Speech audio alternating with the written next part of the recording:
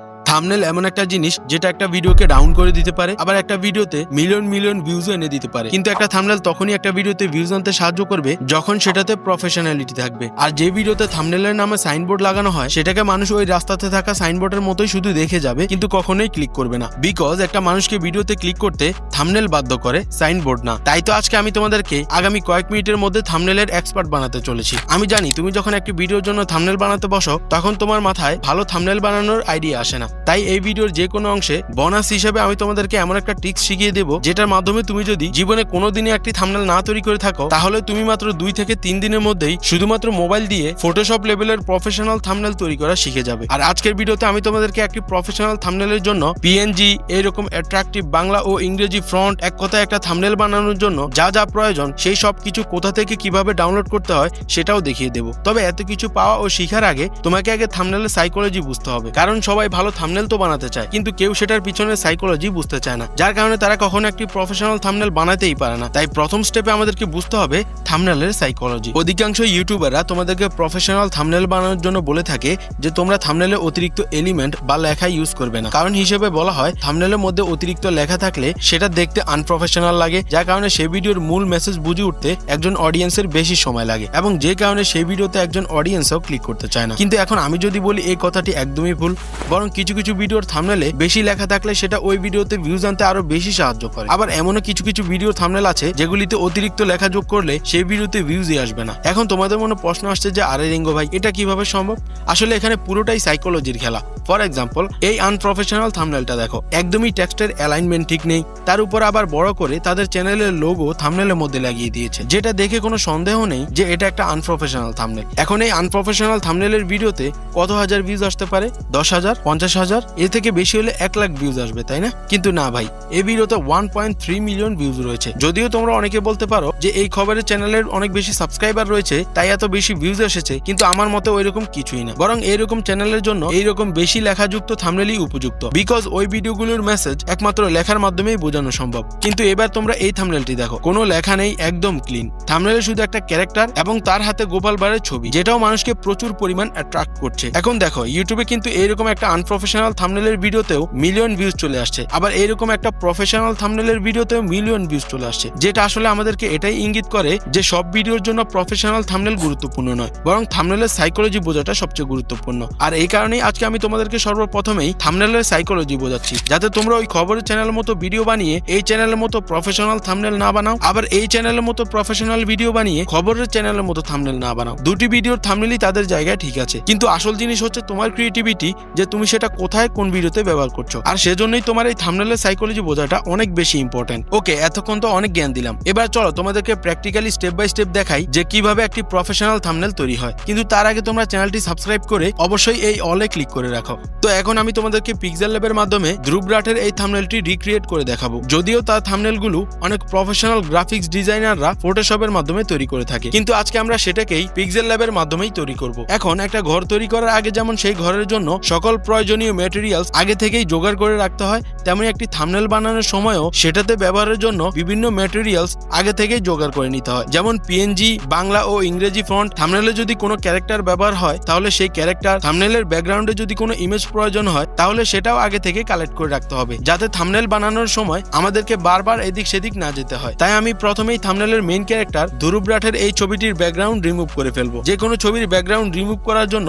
তোমরা ক্রোম ব্রাউজারে এসে এটা লিখে সার্চ দিলে এই ওয়েবসাইট চলে আসবে। এবার এখান থেকে তোমরা যে কোনো ইমেজের ব্যাকগ্রাউন্ড রিমুভ করে ফেলবে। এরপর এই থাম্বনেল অনুযায়ী আমাদের এইরকম নুডলসের প্যাকেটের হাই কোয়ালিটির ছবির প্রয়োজন হবে, যেটার জন্য আমরা ক্রোম ব্রাউজারের মধ্যে এসে ম্যাগি ইনস্ট্যান্ট নুডলস লিখে সার্চ দিলেই দেখতে পাচ্ছি এখানে একটি হাই কোয়ালিটি নুডলসের প্যাকেটের ইমেজ পেয়ে গেছি, যেটাকেও আমরা এখান থেকে ডাউনলোড করে প্রথমে দেখানো উপায়ে ব্যাকগ্রাউন্ড রিমুভ করে ফেলবো। এবার আমাদের থাম্বনেলের জন্য প্রয়োজন হবে ইংরেজি টেক্সটের, তবে টেক্সট তখনই আকর্ষণীয় হবে যখন সেটাতে থাম্বনেল অনুযায়ী পারফেক্ট ফন্ট ব্যবহার করা হবে। ইউটিউবে অধিকাংশ ভিডিওর জন্যই এই ধরনের মোটা সেন্সরি ফন্টের ব্যবহার করা হয়, যেটা সহজেই থাম্বনেলের মধ্যে টেক্সটকে মানুষের চোখের সামনে হাইলাইট করে তোলে। যেগুলি পাওয়ার জন্য তোমরা ক্রোম ব্রাউজারে এসে এটা লিখে সার্চ দিয়ে এই ওয়েবসাইটের মধ্যে চলে আসবে। এবার এখান থেকে তোমরা সেন্স সেরিফ অপশনটা সিলেক্ট করলেই নিচে দেখবে অসংখ্য ফন্ট চলে চলে এসেছে, যেগুলি একটু মোটা এবং থাম্বনেলে ব্যবহার করলে যেগুলি খুব সহজেই নজরে চলে আসবে। এখান থেকে যেটা তোমার পছন্দ হয় সেটা এখানে ক্লিক করে ডাউনলোড করে ফেলবে। আর তোমরা যারা বাংলা ফন্ট ডাউনলোড করতে চাও, বিশেষ করে আমি যেমন আমার চ্যানেলের প্রতিটি থাম্বনেলে সবসময় একটা বাংলা ফন্ট ব্যবহার করি, সেরকম ভাবে তোমরাও যদি তোমাদের থাম্বনেলের জন্য নির্দিষ্ট একটা বাংলা ফন্ট ব্যবহার করতে চাও, তাহলে সেটাও তোমরা কিভাবে কোথা থেকে কালেক্ট করবে সেই বিষয়েও আজকে তোমরা এই ভিডিওতে জানতে পারবে। তো এখন আমাদের সকল মেটেরিয়ালস জোগাড় করা শেষ, তাই আমরা এখন থাম্বনেল বানানোর জন্য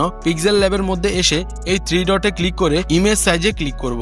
এবার এই প্রিসেট থেকে যদি আমরা ইউটিউব থাম্বনেল সিলেক্ট করি, তাহলে এখানে ইউটিউব থাম্বনেলের সাইজ চলে আসবে। কিন্তু সমস্যা হলো ইউটিউবে আপলোডের পর থাম্বনেল কিছুটা কম্প্রেস হয়ে যায়, তাই আমরা আমাদের থাম্বনেলের কোয়ালিটি একদম পারফেক্ট রাখার জন্য এখানে 1920 আর এখানে 1080p দিয়ে ওকে করে ফেলবো। এখন যেহেতু এই থাম্বনেলের ব্যাকগ্রাউন্ড সবুজ এবং লালের গ্রেডিয়েন্ট কালার রয়েছে, তাই আমাদেরকে সর্বপ্রথমে সেই দুটো কালারের গ্রেডিয়েন্ট ব্যাকগ্রাউন্ড তৈরি করতে হবে, যেটার জন্য আমরা প্রথমে এখানে ক্লিক করে এখান থেকে একটা স্কয়ার শেপ নেব। থাম্বনেলের মধ্যে যে কোনো এলিমেন্ট দুই সাইডে একদম পারফেক্ট ভাবে রাখার জন্য বা সেটাকে একদম মাঝামাঝি রাখার সময় এই গ্রিড অপশনটা সবসময় চালু রাখবে, যাতে কোনো এলিমেন্ট সেই থাম্বনেলের একদম মাঝামাঝি অবস্থানে বা দুই পাশে একদম বরাবর অবস্থানে রয়েছে কিনা সেটা খুব সহজেই বোঝা যায়। তো এইবার আমরা ওই শেপকে থাম্বনেলের অর্ধেক অংশ অনুযায়ী ফিট করে ফেলেছি, তাই এবার আমরা এই কালার অপশনে ক্লিক করে এই গ্রেডিয়েন্টে ক্লিক করব। এখান থেকে আমি আগেই গ্রেডিয়েন্টে কয়েকটি কালার মিক্স করে রেখেছি, তাই আমি এই সবুজ এবং কালো গ্রেডিয়েন্ট কালার আমার বাম পাশের শেপের মধ্যে যোগ করে দেব। এখানে গ্রেডিয়েন্ট কালার কিভাবে তোমরা যোগ করবে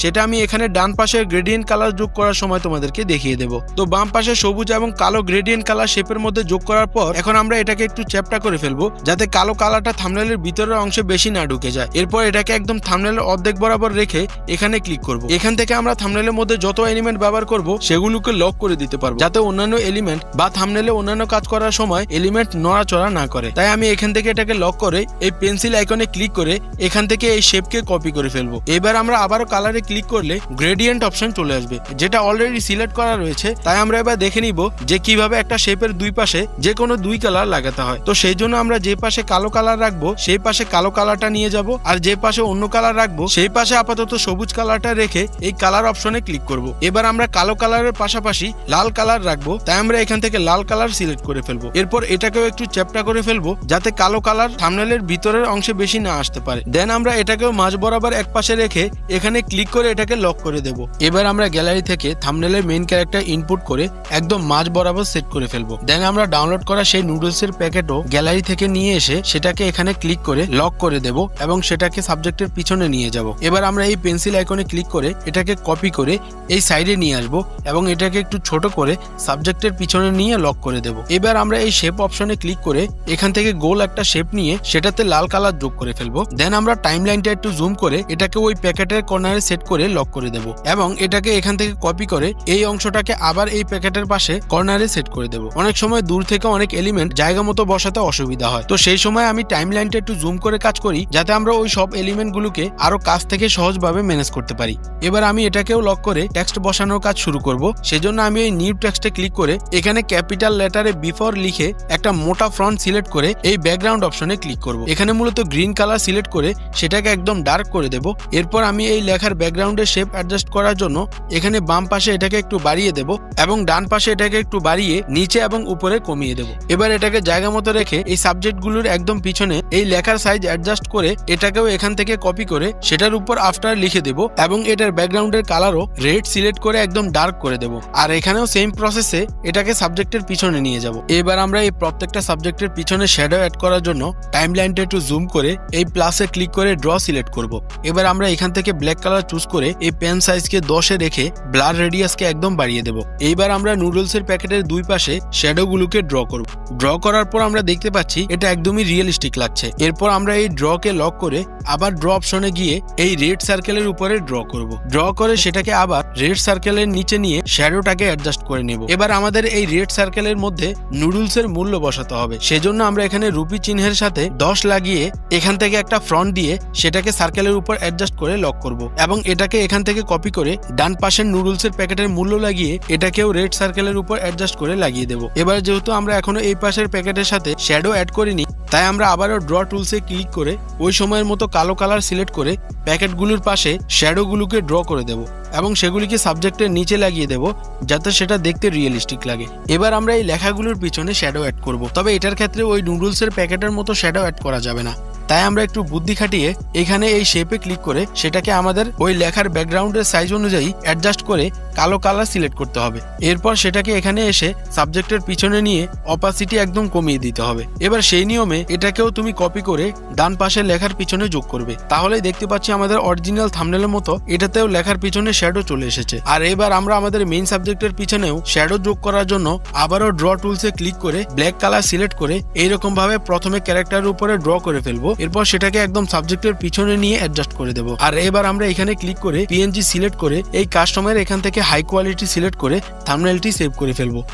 আর এবার তোমরাই দেখো, এটা হচ্ছে প্রফেশনাল গ্রাফিক্স ডিজাইনারের ফটোশপ দিয়ে বানানো থাম্বনেল, আর এটা হচ্ছে আমাদের মোবাইলে পিক্সেল ল্যাব দিয়ে বানানো থাম্বনেল। এটা তো আমি তোমাদেরকে জাস্ট দেখানোর জন্য তৈরি করেছি। আমি যদি এটাতে আরো একটু সময় দিতাম বা তোমরা যদি এরকম ভাবে প্রত্যেকটা থাম্বনেল বানানোর পিছনে আরো বেশি সময় খরচ করো, তাহলে কোন থাম্বনেল ফটোশপে তৈরি হয়েছে আর কোন থাম্বনেল মোবাইলে পিক্সেল ল্যাবে তৈরি হয়েছে সেটা বুঝে উঠতে অধিকাংশ মানুষেরই অবস্থা খারাপ হয়ে যাবে। আর তোমরা যারা এখনো ভিডিওতে লাইক দাওনি তারা এখনই লাইক দিয়ে ফেলো, কারণ এখন আমি তোমাদেরকে আমার মতো এরকম বাংলা ফন্ট কোথায় পাওয়া যাবে সেই গোডাউন দেখাবো, যার জন্য তোমরা ক্রোম ব্রাউজারে এসে এটা লিখে সার্চ দিলে এইরকম ওয়েবসাইট চলে আসবে। এবার তোমরা এটার একদম নিচে গিয়ে এই যে ফ্রি ফন্ট এখানে ক্লিক দিলে অসংখ্য বাংলা ফ্রি ফন্ট পেয়ে যাবে, যেখান থেকে যে কোনো একটা তুমি তোমার প্রত্যেকটি থাম্বনেলে ব্যবহার করতে পারো। আর তাদের ফন্ট ডাউনলোড করার জন্য এখানে ডাউনলোড অপশনে ক্লিক দিয়ে নিচে চলে আসলে দেখবে এখানে তাদের কিছু শর্ত রয়েছে, যেগুলি একটু পড়ে নিয়ে তোমার সেই ফন্টটি ডাউনলোড করে ফেলবে। আর এইবার আমি তোমাদেরকে ভিডিওর প্রথমে বলা সেই টেকনিক শিখিয়ে দেব, যেটার মাধ্যমে তোমরা খুব দ্রুতই প্রফেশনাল থাম্বনেল বানানো শিখে যাবে। আর সেটা হলো, তোমাদেরকে কয়েকদিন পর পর আজকে আমি যেরকম একজন বড় ইউটিউবারের থাম্বনেল ব্রেকডাউন করে দেখিয়েছি, সেই রকম ভাবে তোমার কাছে যে ইউটিউবারের থাম্বনেল ভালো লাগে তার থাম্বনেল গুলোর মতোই নকল করে তুমিও প্রতিদিন থাম্বনেল বানানোর চেষ্টা করবে। এরকম ভাবে তুমি যদি অন্তত 10 থেকে 15টা থাম্বনেল বানাও, তাহলে তুমিও দেখবে নিজের অজান্তেই তোমার থাম্বনেলের মধ্যে একটা প্রফেশনাল ভাব চলে এসেছে। এখন তুমি থাম্বনেল বানানো তো শিখে গেলে, কিন্তু তোমাদের ছোট চ্যানেলের জন্য কিভাবে তোমরা বড় বড় কোম্পানির কাছ থেকে স্পন্সরশিপ নিবে সেটা জানতে অবশ্যই তোমাকে এই ভিডিওটি দেখতে হবে। তো দেখা হচ্ছে সেই ভিডিওতেই।